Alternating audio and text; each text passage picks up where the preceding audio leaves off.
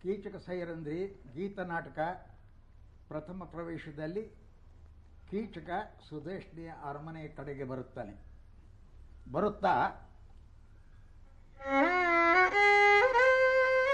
ಆವಳು ಆವಳು ಆವಳು ಕಾಂತೆ ನಭದ ಉಲ್ಕೆಯಂತೆ ಆವಳು ಕಾಂತೆ ನಭದ ಉಲ್ಕೆಯಂತೆ ಮಿಂಚಿ ಸರಿದಳಂತೆ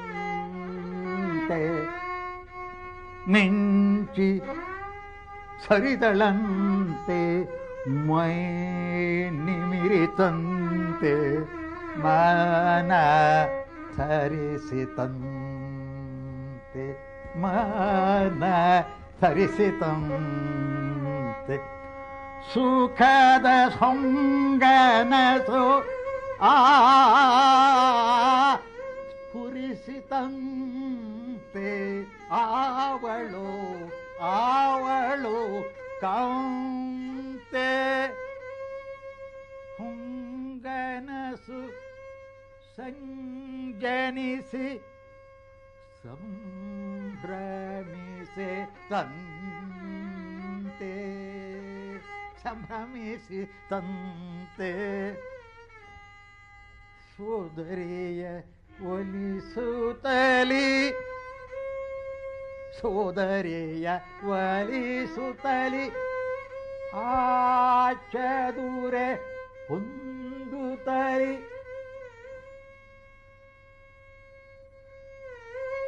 ಮವ ಬಾಳ ನಲಿಸುವನಂತೆ ಮವ ಬಾಳ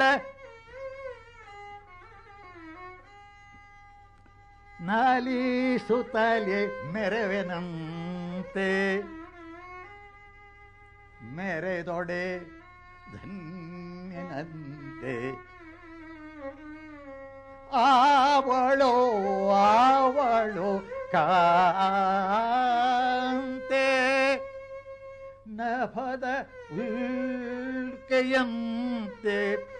ಅವಳು ಅವಳು ಅವಳು ಕಾಂತೆ. ಸುದೇಶ್ನಿ ಏನಿದೋ ತನುಜ ಮನದ ಘನದ ಆಮೋದ ಏನಿದೋ ತನುಜ ಮನದ ವಾಗ್ವಾದ ಆವಕಾಂತೆ ಆರ ಚಿಂತೆ ಆರ ಚಿಂತೆ ಬಯಸಿದೊಡೆ ನಿನಗಿರದ ಕಾಂತೆ ಇನ್ನಾರಿಗಂತೆ ಬಯಸಿದೊಡೆ ನಿನಗಿರದ ಕಾಂತೆ ಇನ್ನಾರಿಗಂತೆ ಸಾಮಂತರಲಿ ಸರಿ ಸಮರಲಿ ಸಾರ ಭಾರತದ ಸೀಮೆಯಲ್ಲಿ ಆವ ಕಾಂತೆ ಆರ ಚಿಂತೆ ಓಹ್,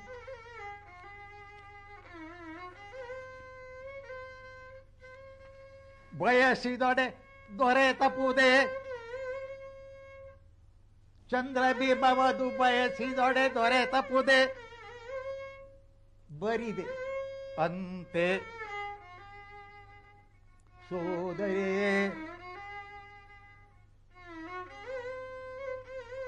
ನೀನಿಂದು ಒಲಿದರಂತೆ ಇಂದು ಒಲಿದರಂತೆ ಆ ಚಂದಿರನ ಪಡೆಯಲಿಕ್ಕೆ ಸಾಧ್ಯವಂತೆ ಆ ಚಂದಿರನ ಪಡೆಯಲಿಕ್ಕೆ ಸಾಧ್ಯವಂತೆ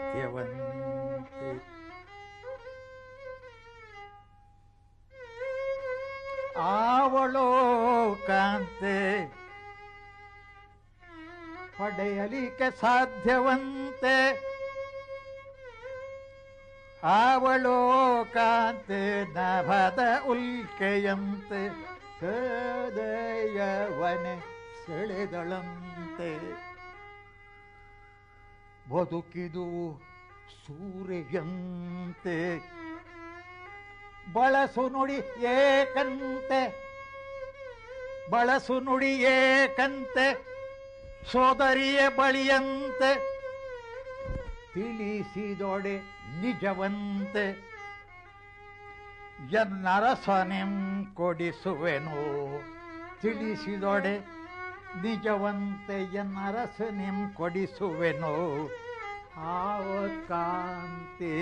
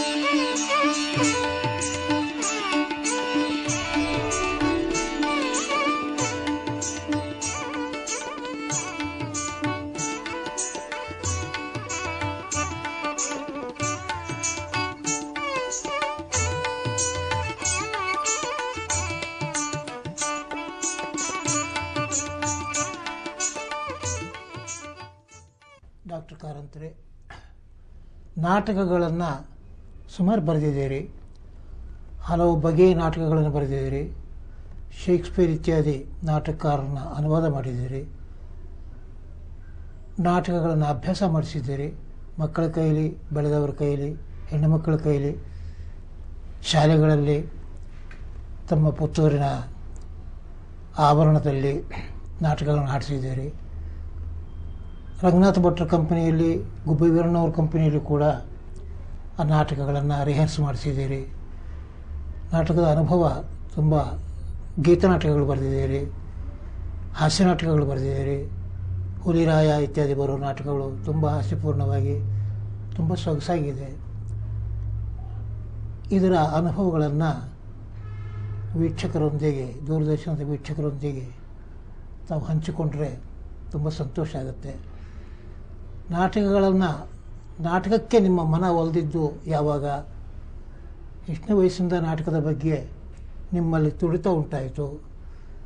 ನಾಟಕವನ್ನು ಹೇಗೆ ಬರೀತೀರಿ? ಇಡೀ ನಾಟಕವನ್ನು ಒಂದೇ ಸಿಟ್ಟಿಂಗ್ನಲ್ಲಿ ಕೂತು ನಾಟಕವನ್ನು ಬರೆದು ಮುಗಿಸ್ತೀರಾ? ಹಂತ ಹಂತವಾಗಿ ಬರೀತೀರಾ? ಬರೆದದ್ದನ್ನು ಮತ್ತೆ ಮತ್ತೆ ತಿದ್ದಿ ಆ್ಯಡ್ ಮಾಡಿ ಬರೀತೀರಾ? ಇದರ ಬಗ್ಗೆ ನನಗಂತೂ ತುಂಬ ಕುತೂಹಲ ಇದೆ, ದಯವಿಟ್ಟು ತಿಳಿಸಬೇಕು. ನಾಟಕ ಎಂಬ ಪದ ನನ್ನ ಊರಿನಲ್ಲಿ ಹಾಂ, ಆ ರೂಪದ ಬಯಲಾಟಕ್ಕೆ, ದಶಾವತಾರದ ಆಟಕ್ಕೆ, ಮೇಳದವರ ಆಟ, ಹಾಂ, ಅದಕ್ಕೆ ಹೇಳ್ತಿದ್ರು. ಹಾಂ, ಸಣ್ಣದರಲ್ಲಿ ಅದನ್ನು ನೋಡಿದ ಹೆಚ್ಚಿನ ನೆನಪು ನನಗಿಲ್ಲ. ಒಂದೇ ಒಂದು ನೆನಪು, 3-4 ವರ್ಷದ ಮಗುವಾಗಿದ್ದಾಗ ಯಾರದ್ದೋ ಭುಜದ ಮೇಲೆ ಕೂತ್ಕೊಂಡು ನನ್ನ ನರಮನೆಯ ಹಳ್ಳಿಯಲ್ಲಿ ಗಿಳಿಯಾರಂತ ಅಲ್ಲಿ ಹೋಗಿದ್ದೆ. ಬಹುಮಟ್ಟಿಗೆ ಇಡೀ ದಿವಸ ನಾನು ರಾತ್ರಿ ನಾನು ನಿದ್ದೆ ಮಾಡಿರಬೇಕು. ಅದು ನಾಟಕ ಕೊನೆಗೆ ಮುಂದೆ ಹೇಳ್ತೇನೆ, ಅದು ಕೊನೆಗೆ ಚಂಡಿ ಬರ್ತಾಳೆ, ಮಹಾಕಾಳಿ. ಆ ಒಂದು ಚಿತ್ರದ ನೆನಪು ಬಹಳ ದೀರ್ಘದವರೆಗೆ ಇತ್ತು. ಬಾಕಿ ನಾಟಕದ ಪರಿಚಯ ಆಗಲಿಕ್ಕೆ ತೊಡಗಿದ್ದು ಹೈಸ್ಕೂಲಿಗೆ ಸೇರಿದ ಕಾಲದಲ್ಲಿ, ಅದು ಕುಂದಾಪುರದಲ್ಲಿ. ಹಾಂ, ಆವಾಗ ಅಲ್ಲಿ ರಾಮಯ್ಯ ಅಡಪರ ಕಂಪನಿ ಅಂತ, ಶ್ರೀ ರಾಜರಾಜೇಶ್ವರಿ ಪಳಲಿ ಅವರ ರಾಮಯ್ಯ ಅಡಪರ ಕಂಪನಿ. ಹಾಂ, ಆ ಕಂಪನಿಯ ಕ್ರಮ ಆಗಿದ್ದೆಲ್ಲ ಮುಂದೆ ನೋಡಿದಾಗ ಕೋದಂಡರಾಮ ಶೆಟ್ಟರಲ್ಲಿ ಎಲ್ಲ ಪ್ರಿಂಟ್ ಆಗ್ತಕ್ಕಂಥ ನಾಟಕದ ಹಾಗೆ ಗದ್ಯ ಪದ್ಯ ಮಿಶ್ರ ಅವರು ನಾಟಕ ಆಡ್ತಿದ್ರು. ಒಂದು ಭೋಜ ಪ್ರಬಂಧ, ಇನ್ನೊಂದು ಪ್ರಭಾವತಿ ದರ್ಬಾರ್, ಇಂಥದ್ದೆಲ್ಲ. ಒಂದು ಹಾಡು ಹೇಳೋದು, ಒಂದು ಮಾತಾಡೋದು, ಇದು ಬಹಳ ಸಮಯದಲ್ಲಿ ಆಗ್ತಿತ್ತು. ಮೊದಲು ನಾಟಕಕ್ಕೆ ರಾಜ ಬಂದು ಕೂತ್ಕೊಳ್ತಾನೆ, ಮಂತ್ರಿ ಹೇಗಿದ್ದೆ ನಮ್ಮ ರಾಜ್ಯ ಅಂತ ಅವನು ಕೇಳ್ತಾನೆ. ಇವರು ಇದು ಶುರು ಮಾಡುವಾಗ ಕಾಡು ಮೃಗಗಳು ಬರ್ತಿದ್ದಾವೆ, ಏನು ಮಾಡಬೇಕು, ನೀವು ಬಂದು ಭೇಟಿ ಆಡಬೇಕಂತ ಹೀಗೆ ಪೀಟಿಗೆ ಹಾಕ್ಕೊಂಡು ಆಡ್ತಿದ್ರು. ಅಂಥ ನಾಟಕ ಭಾಳ ಇರ್ತಿತ್ತು. ಆವಾಗ ಅದು ಆಸಕ್ತಿ ಹುಟ್ಟಿಸಿದೆ ಅಂತ ಏನಲ್ಲ, ನೋಡ್ತಾ ಇತ್ತು. ಇದರ ಮೇಲೆ ನಮಗೆ ನೋಡ್ಲಿಕ್ಕೆ ತೊಡಗಿದ್ದು ಸ್ವಲ್ಪ ಭಿನ್ನವಾಗಿ ಮನಸ್ಸನ್ನು ಆಕರ್ಷಿಸುವ ಹಾಗೆ ಕಂಡ ಕಂಪನಿ ಪ್ರಾಯಶಃ ಯಾರದ್ದು ಮೊದಲು ಅಂತ ಹೇಳಿದ್ದಾರೆ, ಪರಿಣಾಮಕಾರಿಯಾಗಿ ಕಂಡದ್ದು ವರದಾಚಾರದ್ದು ರತ್ನಾವಳಿ. ಅವರು ಬಂದು ನನಗೆ ಆವಾಗ 15-16 ವರ್ಷ ಆಗ್ಬೋದು.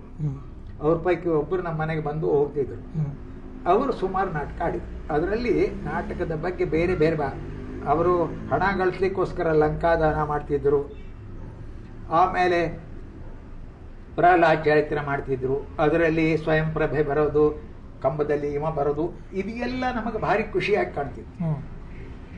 ಹಾಡು ಗೀಡುಗಳ ಬಗ್ಗೆ ಮತ್ತೆ ನಾನು ಆವಾಗಲೇ ಆ ಪುಸ್ತಕಾವಳಿಯಲ್ಲಿ ಮಾತಾಡ್ತೀನಿ. ಇದು ಚಮತ್ಕಾರಿಕವಾಗಿ ಕಾಣ್ತಿತ್ತು.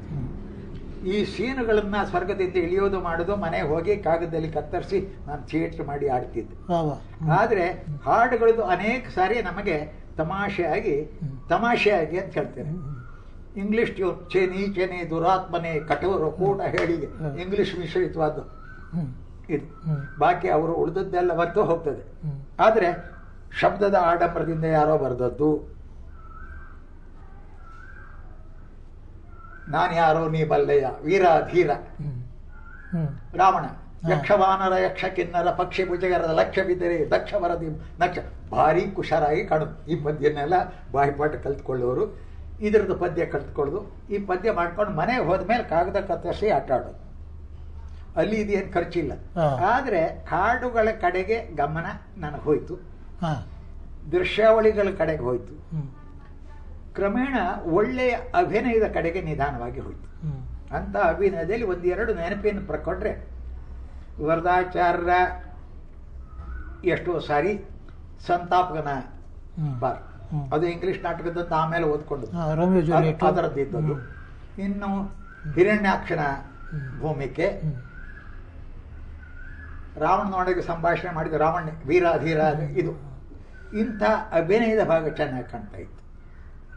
ಸಣ್ಣವ್ರದ್ದು ನೆನಪಾಗೋದಿಲ್ಲ. ಆ ಕಾಲಕ್ಕೆ ನಾಗೇಂದ್ರಂದು ಕಡುಧೀರನೆ ಶೂರನೆ ನಾರಿಯ ನೀ ಪರಿ ಕಾಡಬೇಡ ಅಂತ ಹಿರಣ್ಯಾಕ್ಷನ ಹತ್ರ ಸಂವಾದ ಮಾಡೋದು ಕಾಣ್ತಾ ಇತ್ತು. ಇದು ಆದ ಮೇಲೆ ಇವರು ಹೋದಾಗ ಇವರ ನಾಟಕ ಕೆಲವು ನೋಡಿರ್ಬೋದು. ನಮ್ಮ ಊರಿನಲ್ಲೇ ಹರಿಶ್ಚಂದ್ರ ಮೊದಲಾದ ಅವ್ರನ್ನ ಕರೆಸಿ ಥಿಯೇಟರ್ ಹಾಕಿ ಮಣ್ಣನ್ನು ಕೊಟ್ಟರು. ಆವಾಗ ಕಣ್ಣ ಮೇಲೆ ಒಂದು ಈ ಸ್ಟೇಜಿನ ಸ್ಪೆಕ್ಟೇಕ್ಯುಲರ್ ಈ ಎಲಿಮೆಂಟು, ಸಂಗೀತದ ಎಲಿಮೆಂಟು, ಇದೆಲ್ಲ ಇದಾಗಿತ್ತು. ಅಭಿನಯದ ಭಾಗ ಕೆಲವರದ್ದು ಮೆಚ್ತಾ ಇತ್ತು. ನಾಗೇಂದ್ರದ ಸ್ತ್ರೀ ಪಾರ್ಟ್ ಖುಷಿ ಆಗ್ತಾ ಇತ್ತು. ಹಾಸ್ಯದ ಭಾಗ ನನಗೆ ನೆನಪುಳಿತಕ್ಕದ್ದು, ಯಾಕಂದ್ರೆ ನಾನು ಮುಂದೆ ಸುಮಾರು ಹಾಸ್ಯಗಾರನ ನೋಡಿದ್ದೆ. ಗುಬ್ಬಿಯ ವೀರಣ್ಣ ನೋಡಿದ್ದೆ, ಕೃಷ್ಣಮೂರ್ತಿ, ವರದಾಚಾರ್ಯ ಕೃಷ್ಣಮೂರ್ತಿ ನೋಡ್ತಿದ್ದೆ. ಅವ ನಿರೂಪ ಮೇಲೆ ನನ್ನನಕ ಮಾಡಿದಂಥ ಪಾರ್ಟ್ ನಾನು ನೋಡಿದ್ದೆ. ನನಗೆ ಒಂದು ಸ್ವಾಭಾವಿಕವಾದ ಪಾತ್ರ ಅದರ ಪಾತ್ರದ ಗುಣವನ್ನು ವಿಕಾರ ಮಾಡಿದ ನೋಡಿದಲ್ಲಿ ಅವನ ಪಾತ್ರ ನನಗೆ ಅಭಿನಯ ಬಹಳ ಚೆನ್ನಾಗಿ ಅನಿಸಿತು. ಮುಂದೆ ಎಷ್ಟೋ ವರ್ಷದ ಮೇಲೆ ಚಾಮುಂಡೇಶ್ವರಿ ಕಪ್ಪಿನಲ್ಲಿ ಲಕ್ಷ್ಮೀಪತಿ ಭಟ್ರು ಮತ್ತು ಅವರು ಇಬ್ಬರು ಮಠದ ಪಾರ್ಪತ್ಯಗಾರ ಹಾಕೊಂಡು ಅವರು ಅಭಿನಯ ಮಾಡಿದ್ದು ನೋಡಿ. ಆವಾಗಲೂ ಕೂಡ ಆ ಪಾತ್ರದ ಗುಣ ಕೆಡಿಸದೆ ಮಾಡಿದ್ದು. ಈ ದೃಷ್ಟಿಯಿಂದ ತಕೊಂಡ್ರೆ ಶಿರಟ್ಟಿ ವೆಂಕಟರಾಮನ ಬಾಯಿನಲ್ಲಿ ಅವನ ಹೆಸರು ಮರ್ತೋಯ್ತನೆ, ಅವನು ಬಹಳ ದೊಡ್ಡ ಹಾಸ್ಯಗಾರ, ಗಾಣಿಗನ ಪಾರ್ಕ್ ಮಾಡೋದು ಇಂಥದ್ದೆಲ್ಲ ಮಾಡ್ತಿದ್ದ. ಅದರಲ್ಲೆಲ್ಲ ಒಂಥರದ ವಿಕಟ ಹಾಸ್ಯದ ಛಾಯೆ. ಇದು ಬಹಳ ಮುಂದೆ ವೀರಣ್ಣವರ ಹಾಸ್ಯವು ಕೂಡ ಯಾವುದು ಪ್ರಭಾವತಿ ದರ್ಬಾರ ಗುಲೇಬ ಕಾವಲಿಯಲ್ಲಿ ಪಾವಣೆ ಇಟ್ಟು ಹೇಗೆ ಮಾಡೋದು, ವ್ಯಾಪಾರದ ಹಾಗೆ ಮಾಡೋದು, ಈ ವಿಕಾರ ಎಲ್ಲ ಮಾಡ್ಕೊಳ್ಳೋದು, ಇದೆಲ್ಲ ನನಗೆ ಖುಷಿ ಕಾಣ್ತಿತ್ವೆ. ಆದರೆ ಪಾತ್ರದ ನಟನೆಯ ದೃಷ್ಟಿಯಿಂದ ನನಗೆ ಈ ಹಾಸ್ಯಕ್ಕೂ ಸರ್ಕಸ್ ಕ್ಲೌನಿಗೂ ಹತ್ರ ಇರುವಾಗ ಕಾಣ್ತಿತ್ತು. ಮುಂದೆ ನನಗೊಂದು ಸಂದರ್ಭ ಬಂತು, ನಂದೇ ಒಂದು ನಾಟಕ ಗುಬ್ಬಿ ವೀರಣ್ಣ ತಕೊಂಡ ಕಾಲಕ್ಕೆ ಅದನ್ನು 3-4 ಕಡೆಯಲ್ಲಿ ಮಾಡಿದರೆ ಗಂಗಾಧರಪ್ಪ ಹೊರಟೋದ ಇಲ್ಲ, ಮತ್ತೆ ಇನ್ನೊಬ್ಬ ಅವರ ಪ್ರಸಿದ್ಧ ಕಬೀರದಾಸ ಅವ ಹೊರಟೋದ, ಇದೆಲ್ಲ ಹೊರಟೋದ ಕಾಲಕ್ಕೆ ಕಡೆಗೆ ಈ ಅರ್ಜುನನ ಪಾರ್ಟೋ ಇದೆಲ್ಲ ಮಾಡಬೇಕಾದ್ರೆ ಯೋಗ್ಯ ಇಲ್ಲ. ಆ ಸಮಯದಲ್ಲಿ ನಾನು ವೀರಣ್ಣಿಗೆ ಹೇಳಿದ್ದುಂಟು, ನೀವು ಯಾಕೆ ಮಾಡಬಾರ್ದು, ನಿಮಗೆ ಅಭಿನಯದ ಯೋಗ್ಯತೆ ಇದೆ, ಬೇಕಂತಲೇ ಆ ಅಭಿನಯನ ವಿಕಾರ ಮಾಡ್ಕೊಂಡು ಮಾಡ್ತೀರಲ್ಲ, ಇದ್ರ ಬಗ್ಗೆ ಯಾಕೆ ಮಾಡ್ತೀರಿ? ಅವರಿಗೆ ಒಂದು ದುರ್ಯೋಧನ ಯಾವುದೋ ಪಾರ್ಟ್ ಮಾಡಿಸಿದ್ರು, ಯಾಕಂದ್ರೆ ಒಳ್ಳೇದಾಟ ಅದ, ಎಲ್ಲ ತಮಾಷೆಗೆ ಹೋದ್ರು. ಹೆಚ್ಚಿನ ತಮಾಷೆ ಸರ್ಕಸ್, ವಿಕಾರವಾದ್ದು. ಇದು ಬಿಟ್ಟಂತ ನಟರ ಸಂಖ್ಯೆ ಸ್ವಲ್ಪ ಕಡಿಮೆ. ಬರೇ ಮಾತಿನಿಂದೇ ನಗಿಸಿ ಮಾಡ್ತಕ್ಕವ ಹಿರಣ್ಯನ ಮಗ ಇದ್ದಾನೆ, ಅವ ಮಾತಿನ ಚಮತ್ಕಾರದಿಂದ ಈ ಒಂದು ಭಾಗ ನನಗೆ ತುಂಬ ತಕೊಂಡಾಗ ಹಾಸ್ಯವನ್ನೇ ವಸ್ತುವಾಗಿ ಮಾಡಿಕೊಳ್ಳಬಾರದು ಅನ್ನೋದಕ್ಕೆ ಇವರು ಪ್ರೇರಣೆ ಕೊಟ್ಟರು. ಮುಂದೆ ನಾನು ಅದರದ್ದೇ ಪ್ರಯೋಗ ಮಾಡಿದ್ದೆ, ನಗುವುದಕ್ಕೋಸ್ಕರವಾಗಿ ಹಾಸ್ಯ ಬರೆಯುವುದು. ಸಹಜ ರೀತಿಯಲ್ಲಿ ತಕೊಂಡು ಹೋಗಿ ಕೆಲವು ಸಾರಿ ವಿಕಾರವಾಗಿ ವಸಿಷ್ಠರಿಗೂ ವಿಶ್ವಾಮಿತ್ರಿಗೂ ಆಗುವಾಗ ಇನ್ನು ಅವನ ಶಿಷ್ಯ ನಕ್ಷತ್ರಕ್ಕೆ ಬಂದು ಏನೋ ಒಂದು ವಿಕಾರ ಮಾಡಿ ಹೋಗ್ತಕ್ಕದ್ದು, ಈ ಅಸಹಜವಾದ ಪಾತ್ರ ರಚನೆಗೆ ನನಗೆ ಭಾವನೆ ಬರಲಿಲ್ಲ. ಇದು ತಕೊಂಡ ಕಾಲದಲ್ಲಿ ಇದು ಹಾಡು ಬರ್ಕೊಂಡು ಕಳೀತಾ ಇದ್ದೆ. ಕಂದ ಪದ್ಯ ನನಗೆ ಅಷ್ಟು ಒಲ್ದದ್ದಲ್ಲ, ಇದು ನನಗೆ ಅಷ್ಟು ಒಲ್ದದ್ದಲ್ಲ ಹಾಡಿನ ದೃಷ್ಟಿಯಿಂದ. ಮುಂದೆ ಪ್ರಥಮ ಬಾರಿಗೆ ಅನ್ನುವಂಥ ಶಿರಟ್ಟಿ ವೆಂಕಟರಾಯರು ಅನೇಕ ಹಿಂದೂಸ್ತಾನಿ ಹಾಡುಗಳನ್ನು ತಗೊಂಡು ಬಂದರು. ಮಹಾನಂದ ಹಾಡಿದ್ರು, ಕೃಷ್ಣಲೀಲೆಯಲ್ಲೇ ಅವ್ರದ್ದಿದೆ ಅನೇಕ ಹಾಡು. ಕೆಲವು ಹಾಡು ವೆಂಕೋಬಾಚಾರ್ಯ ಅಂತ ಅವರಿಂದ ಬರೆಸಿದ್ರು ಅಂತ ಕೃಷ್ಣಲೀಲೆ. ಇಲ್ಲಿದು ಹಾಡುಗಳು ನನಗೆ ಆವಾಗ ಅದು ಮುಂಬೈಯಿಂದ ಗಂಧರ್ವ ನಾಟಕ ಮಂಡಳಿಯಿಂದ ಬಟ್ಟಿ ಇಳಿದು ಹೋದಂಥ ಹಾಡುಗಳು ನನಗೆ ಖುಷಿ ಆಯಿತು. ಕೆಲವರು ಒಳ್ಳೆ ಸಾಮರ್ಥ್ಯ ಇದ್ದರು, ಚೆನ್ನಾಗಿದ್ದವರು ಇದ್ದರು. ಹಾರ್ಮೋನಿಯಂ ಆವಾಗ ಬಾರಿಸ್ಲಿಕ್ಕೆ ನನಗೆ ನೆನಪಾಗೋದು, ಗಿರಿಗೌಡರು ರುಮಾಲೆ ಕಟ್ಕೊಂಡು ಇಲ್ಲಿವರೆಗೆ ಬಾಲ ಬಿಟ್ಕೊಂಡು ಕಪ್ಪು ಕೋಟ್ ಹಾಕಿ ಬಂದು ಪೀಠದಲ್ಲಿ ಕೂತ್ಕೊಂಡ್ರೆ ಅಷ್ಟು ಚೆನ್ನಾಗಿ ಬಾರಿಸ್ತಾ ಇದ್ರು. ಅವರಿಗೆ ಬಹಳ ಗೌರವ ಇರ್ತಿತ್ತು. ಅದೇ ವ್ಯಕ್ತಿಗೆ ಮುಂದೆ ಎಷ್ಟೋ ಸಮಯದ ನಂತರ ಇವನೊಟ್ಟಿಗೆ ನಮ್ಮ ಉದಯ್ ಶಂಕರ್ನೊಟ್ಟಿಗೆ ತಬಲೆಗಾರ ಶಿರಾಲಿ ತಬಲಾ ತರಂಗ ತಗೊಂಡು ಉಪಯೋಗಿಸಿದಾಗ ನನಗೆ ಇದು ಖುಷಿ ಆಯಿತು. ವಾದ್ಯ ಹಾರ್ಮೋನಿಯಂ ಇದೆಲ್ಲ ಬಿಟ್ಟು ನಾನು ನಾಟಕದ ಹುಚ್ಚಿಗೆ ಬೊಂಬೈ ಹೋಗ್ಲಿಕ್ಕೆ ಶುರು ಮಾಡಿದಾಗ ಜೋಡು ಸಾರಂಗಿ ತಗೊಂಡಾಗ ಈ ಪೇಟಿಗಿಂತ ಆ ವಾದ್ಯ ಇನ್ನಷ್ಟು ಹಿತವಾಗಿ ಕಾಣಿಸ್ತಾ ಇತ್ತು. ಇದು ಒಂದು ದೃಷ್ಟಿಯಿಂದ. ಮುಂದೆ ನಾಟಕ ಅಲ್ಲಿ ಶಿರಟ್ಟಿ ಅವರದ್ದು, ವೆಂಕಟರಾಯದ್ದು, ನಮ್ಮ ಊರಿನವರೇ ಮನಮೋಹನ್ ನಾಟಕ ಕಂಪನಿ ಅಂತ ಮಾಡಿದರು, ಹಿಂದೂಸ್ತಾನಿ ಹಾಕಿದರು. ಆಮೇಲೆ ಶಾಬು ಸಾಹೇಬ್ರಂತ ಮಂಗಳೂರಿನ ದೊಡ್ಡ ಕಂಪನಿ ಮಾಡಿದರು. ಅನೇಕ ನನಗೆ ಪರಿಚಯ ಇದೆ. ಹಿಂದೂಸ್ತಾನಿಯಲ್ಲಿ ಪ್ಲೇಟಿನಿಂದ ಬಂದ ಸಂಗೀತದಿಂದ ಇದು ತಗೊಂಡವರು ಕಲ್ತಿದ್ರು. ಇವರದ್ದೆಲ್ಲ ಸಂಪರ್ಕ ಆದ ಕಾಲದಲ್ಲಿ ಯಾರ್ಯಾರ್ದು ಹೇಗಿರ್ತಿದೆ, ನಾಟಕದ ಭಾವನೆ ಎಂದರು, ಅಭಿನಯ ಭಾವನೆ ಅಂದರೆ ಅನ್ನುತ್ತ. ಅಭಿನಯ ಅನ್ನುವಾಗ ಒಂದು 4-6 ವ್ಯಕ್ತಿಗಳು ನೆನಪಿಡ್ತಕ್ಕಂಥ ಅಭಿನಯ, ಸಹಜವಾಗಿ ಧ್ವನಿಯಿಂದ ಇದನ್ನು ತೋರಿಸ್ತಕ್ಕಂಥ ಅದೇ ಕಾಣ್ತದೆ. ಮುಕ್ಕಾಲು ವಾಶಿ ಜನರಿಗೆ ಪ್ರಭಾವ ಗಟ್ಟಿ ಒಬ್ಬೆ ಹೊಡೆದು ಬಿಟ್ಟರೆ ಅಭಿನಯ ಆಗ್ತದೆ. ನನಗೆ ಈಗ ಜಟ್ಟಪ್ಪಂದು ನಾಟಕ ಕಂಪನಿ ಇರ್ತಿತ್ತು, ಹೌದು, ರಾಕ್ಷಸಿ ಮಹತ್ವಾಕಾಂಕ್ಷ. ಅದು ಕಾಡಿಯಲ್ಕರದ್ದೋ ಯಾರದ್ದೋ ಮರಾಠಿ ನಾಟಕದ ಅನುವಾದ. ನಮ್ಮ ಜಟ್ಟಪ್ಪನೇ ಪಾರ್ಟ್ ಮಾಡ್ತಿದ್ದ. ಎಲ್ಲ ಶ್ರೀಕ್ ಮಾಡಿ ಬೊಬ್ಬೆ ಹೊಡೆಯೋದೆ. ಇದು ಮಹಾರಾಷ್ಟ್ರ ಸ್ಟೇಜಿನಲ್ಲಿ ದಿನಕಾರ ಮೊದಲಾದವ್ರನ್ನ ನೋಡುವಾಗ ಬೊಬ್ಬೆ ಹೊಡೆಯೋದೇ ಭಾಳ ಆ್ಯಕ್ಟರ್, ಪ್ರೋಸ್ ಆ್ಯಕ್ಟರ್ ದಿನಾನಾಥ ಅಂದರೆ ಬೊಬ್ಬೆ ಹೊಡಿತಕ್ಕದ್ದು. ಆ ನಾಟಕಗಳಲ್ಲಿ ಏನಾಗ್ತದೆ ಅಂದರೆ 3-4 ಉಪಮೆಗಳಿರ್ತವೆ. ಪ್ರತಿಯೊಂದೂ ಒಂದಕ್ಕಿಂತ ಒಂದು ಗಟ್ಟಿಯಾಗಿ 8-9 ಇದ್ದರೆ ನಿಮ್ಮ ಧ್ವನಿ ಕಡಿಮೆ, 2-3 ಇದ್ದಾಗ ಧ್ವನಿ ವ್ಯತ್ಯಾಸದಿಂದ ಹೇಳಲಿಕ್ಕೆ ಬರ್ತದೆ. ಇದೆಲ್ಲ ಬರ್ತಾ ಇತ್ತು. ಇದೆಲ್ಲ ಬರ್ತಾ ಇದ್ದ ಕಾಲಕ್ಕೆ ಅದನ್ನು ನೋಡ್ತಿದ್ದೆ. ಅವ್ರಿಗೆ ಪಾಠನೂ ಹೇಳ್ತಿದ್ದೆ. ಅಕ್ಷರವೇ ಬರ್ದಿದ್ದವ್ರಿಗೆ ಪಾಠ ಹೇಳಬೇಕಾಗಿತ್ತು. ನಾವು ಹೇಳೋದು ಅವ್ರ ಬಾಯ್ಪಾಠ ಕಲಿಯೋದು. ಅವ್ರು ಎಷ್ಟು ಮಾಡ್ತಾರೆ ಅದು ಕಷ್ಟ ಇದೆ. ಹಳ್ಳಿಗೆ ಜಟ್ಟಪ್ಪನ ತಮಾಷೆಗೆ ಹೇಳೋದು, ಮಾಟ್ರೆ ನಿಮ್ಗೆ ಹೊಡಿಲಿಕ್ಕೆ ಬರೋದಿಲ್ಲ, ನಾನು ಅವನ ಹತ್ರ ಕೋಲ್ ಕೊಡ್ತೇನೆ, ನೀವು ಹೀಗೆ ಮಾಡಿ ಕೊಟ್ಟು ನಿಮ್ಮ ಬಗ್ಗೆ ಅವ ಹೊಡಿತಾರೆ. ಇಲ್ದಿರಿ ಬರೋದಿಲ್ರಿ ಅವಕ್ಕೆ ಪಾಠ, ದಡ್ಡುಗಳು. ಆವಾಗ ಅವರು ಕೂಡ ಆದರೂ ಅವ್ರ ತಲೆ ಒಳಗೂ ಬೊಬ್ಬೆ ಹೊಡೆದವರು ಹುಷಾರು. ಅವ್ರದ್ದು ಅಭಿನಯ ಭಾರಿ ಜೋರಾಗ್ತದೆ. ಎರಡನೇದು ಒಳ್ಳೆ ಕಂಠ ಇದ್ದರೆ ಅವನಾಟ.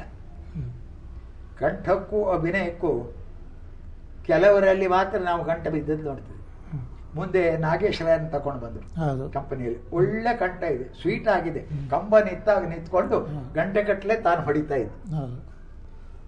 ಈ ವ್ಯಕ್ತಿಗಳು ಇದರದ್ದು ಬಂತು. ಬಾಕಿ ಅದರಲ್ಲಿ ಆ ರೀತಿಯಲ್ಲಿ ಬೇರೆಯವರು ಏನು ಮಾಡ್ತಿದ್ದಾರೆ, ಮಹಾರಾಷ್ಟ್ರ ಸ್ಟೇಜ್ನಲ್ಲಿ ಅಭಿನಯ ಆಗಿದೆ. ಆ ಕಾಲಕ್ಕೆ ಬೊಂಬೈಗೆ ನಾನು ಹೋಗ್ತಾ ಇದ್ದೆ. ಪ್ರತಿ ವರ್ಷ ಬೊಂಬೈಗೆ, ಇವತ್ತಿಗೂ ಪ್ರತಿ ವರ್ಷಕ್ಕೆ ಒಂದ್ಸರಿ ಬೊಂಬೈಗೆ ಹೋಗೋದು. ಆ ಕಾಲಕ್ಕೆ ಗಂಧರ್ವನ ನಾಟಕ, ಆಮೇಲೆ ಲೋಕಾದರ್ಶ ಇನ್ನೊಂದು ನಾಟಕ ಇವರು ತಗೊಂಡಾಗ ಅಭಿನಯದ ಭಾಗ ನನಗೆ ಅವರ ಏಕಸ್ಪಾಲ ನಾಟಕ ಹೋದಾಗ ತುಂಬಾ ಖುಷಿಯಾಗಿತ್ತು. ತುಂಬಾ ಖುಷಿಯಾದಾಗ ಕೊಂಕಣಿ ಬಂದವರಿಂದ ಮರಾಠಿ ನಾಟಕದ ತಕೊಂಡು ಏಕಸ್ಪಾಲದು ನಿಶಾ ಮಹಿಮೆ ಅಂತ ತಿಳ್ಕೊಂಡು ಅದನ್ನು ಬರೆದೆ. ಅದು ಆಡಿ 20ನೇ ಇಸ್ವಿಯಲ್ಲೇ ನಾನು ಅದೇ ಹಾಡಲ್ಲ ಬೇರೆ ಹಾಡು ಹಾಕಿ 21ನೇ ಇಸ್ವಿಯಲ್ಲಿ ಕುಂದಾಪುರದಲ್ಲಿ 2ನೇ ಕರ್ನಾಟಕ ಸಾಹಿತ್ಯ ಕಾಂಗ್ರೆಸ್ ಸಮ್ಮೇಳನ ಆದಾಗ ಅದನ್ನು ಆಡಿದ್ದೆ. ಅದು ಆಡುವಾಗ ಹೆಚ್ಚು ಕಡಿಮೆ ಅಭಿನಯಕ್ಕೆಲ್ಲ ನಾನೇ ಅಂದರೆ ನನಗೆ ಈಗ ಆವಾಗ ಬಂದು ತಿಳಿದ್ರೆ, ನೀವು ಕುಣಿತೀರಿ ಯಕ್ಷಗಾನದಲ್ಲಿ, ನೀವು ಹಾಡ್ತೀರಿ, ಗದ್ಯದಲ್ಲಿ ಹೇಳ್ತೀರಿ, ನಿಲ್ಲೈ ದುರುಳೆನೆ ಥೂ ಚಿ ಅಂತ ಕಂಸ ಬೈಯುವಾಗ ಆಮೇಲೆ ದುರುಳೆನೆ ನಿಲ್ಲು ಅಂತ ಹೇಳ್ಬೇಕಾದ್ಯಾಕೆ? ಆಗ ಗದ್ಯ ಏನು ಮಾಡ್ತದೆ, ಪದ್ಯ ಏನು ಮಾಡ್ತದೆ, ಏನು ಮಾಡಬೇಕು ಇದನ್ನು ತಕ್ಕೊಂಡಾಗೆ ಮುಂದೆ ಭಾಳ ಸಮಯದ ಮೇಲೆ ಅದರೊಟ್ಟಿಗೆ ಕುಣಿತ ಸೇರಿದಾಗ ಡ್ಯಾನ್ಸ್ ಏನು ಮಾಡಬೇಕಾಗುತ್ತೆ, ಏನಾಗೋದಿಲ್ಲ ಅದರ ಕೈಯಿಂದ.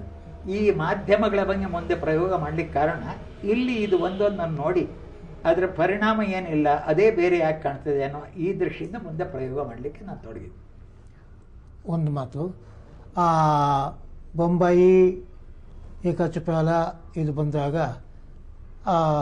ಬಾಲಗಂಧರ್ವರು ಹೇಗೆ ಹಾಡ್ತಾ ಇದ್ರು, ಹೇಗೆ ನಟಿಸ್ತಾ ಇದ್ರು, ಅದು ನಿಮ್ಮ ಇದ್ದ ಪೈಕಿ ಬಹಳ ಸ್ತ್ರೀ ವೇಷ ಆಗ ಅವರಿಗೆ ಸಾಕಷ್ಟು ಪ್ರಾಯ ಆಗಿತ್ತು.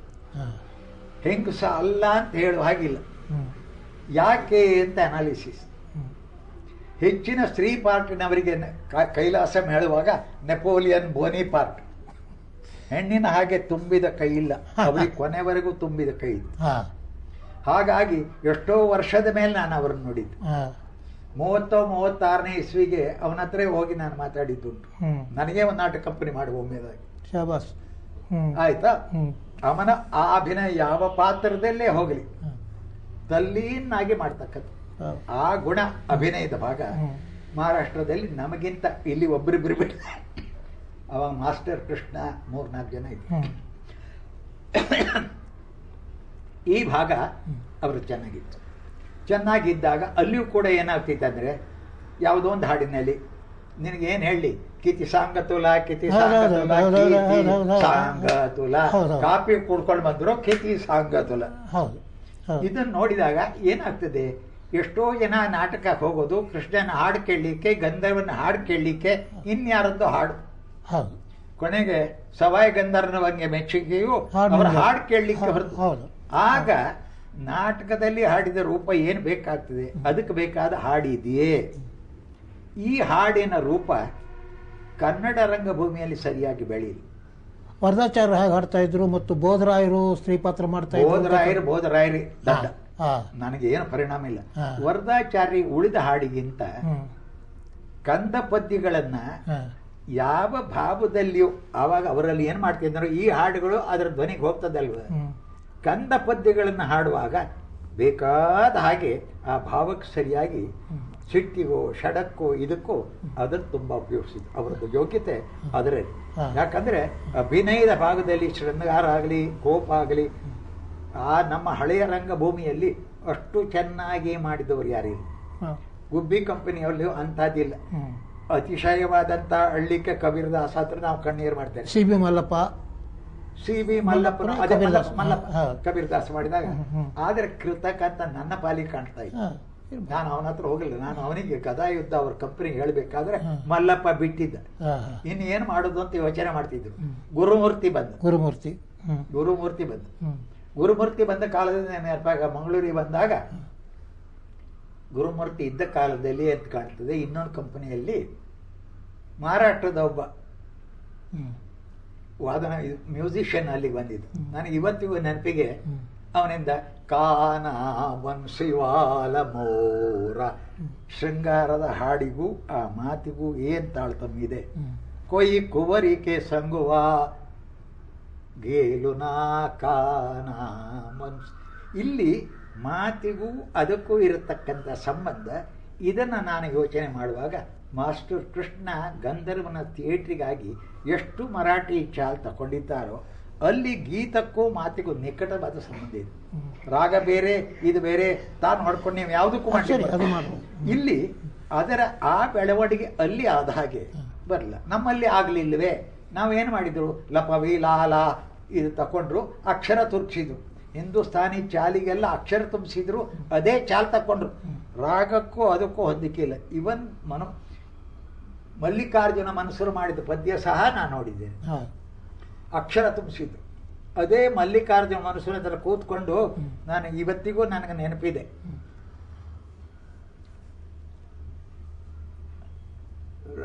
ಇದು ಯಾವುದೋ ಒಂದು ರಾಗದಲ್ಲಿ ರಾಮನಷ್ಟುದು ಕೋದಾರ ಜಗಮಾಹಿ ಬಿನು ಸೇವಾ ಜೋದ್ರವೈದಿನ ಪರ ರಾಮ ಸರಿಸ ಕೋನಾಯಿ. ಇಲ್ಲಿ ನನಗೆ ಫಸ್ಟ್ ಭಾವ ಅದನ್ನು ನನಗೆ ವಿವರಿಸಿ ಹೇಳಿದ. ಆಗ ಇಡೀ ಕೊನೆವರೆಗೂ ಭಾವಕ್ಕೂ ಅದಕ್ಕೂ